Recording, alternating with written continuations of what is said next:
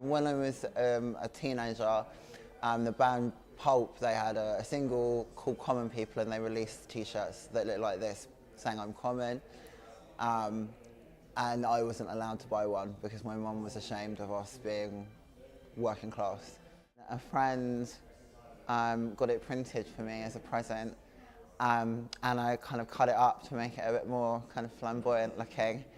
And I think it's good for like Pride and LGBT events, because I think often people kind of ignore class and what difference that makes to coming out and to identity and presentation.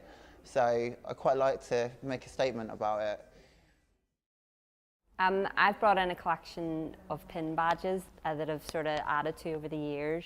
I bought a Boy George badge, and he was wearing like bondage gear, and I bought it on a trip to London like not long before I came out, and it was like a sort of my sly way probably of telling people that I was gay before I actually said it out loud.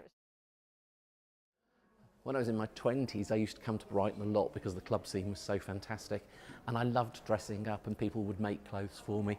And my friend Chris made me a beautiful New Romantic shirt which has the most outrageously long sleeves and cuffs, and I can remember wearing it to a club in Brighton called the Can, and then afterwards going out to a place called the Aqua Caf where we had beans and sausages, and I got baked beans all up the sleeve of my beautiful shirt. Well, I think having been an art student, you fix yourself in a way of dressing which is totally and forever art school. And I started out looking a bit like this, with a huge amount of hair, which I loved and got me into terrible trouble. And then I progressed really to looking like that when I was in my 20s. That was great fun. Little later, of course, then this is me wearing my New Romantic shirt and with fabulous hair by Ian Habban, who was a Brighton hairdresser. I tend to dress more for comfort rather than trying to say anything, or at least I think I do. I found that wearing men's shirts was more comfortable because they fitted better, especially since women's shirts were supposed to be tailored but it didn't quite work out for me. So I decided just to go for the men's shirts, have them baggy, and at least they cover everything up. The item I brought in is a ring that I've had for 7 years now. I met my fiance at a trans group, and when I proposed to them, I was too poor to actually afford an engagement ring at the time, so I gave him this. It's a skull ring, slightly rusted, worn, well loved. Yeah.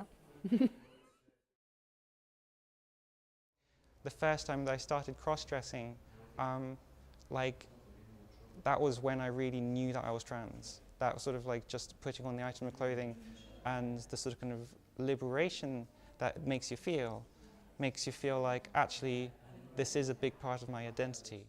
Because like I'm transitioning and I'm still at an early stage of my transition, it means that like I don't feel like I can really fully attach myself to any piece of clothing fully. But I think something that sort of kind of like helped me along the way a lot is probably like the coat that I'm wearing right now.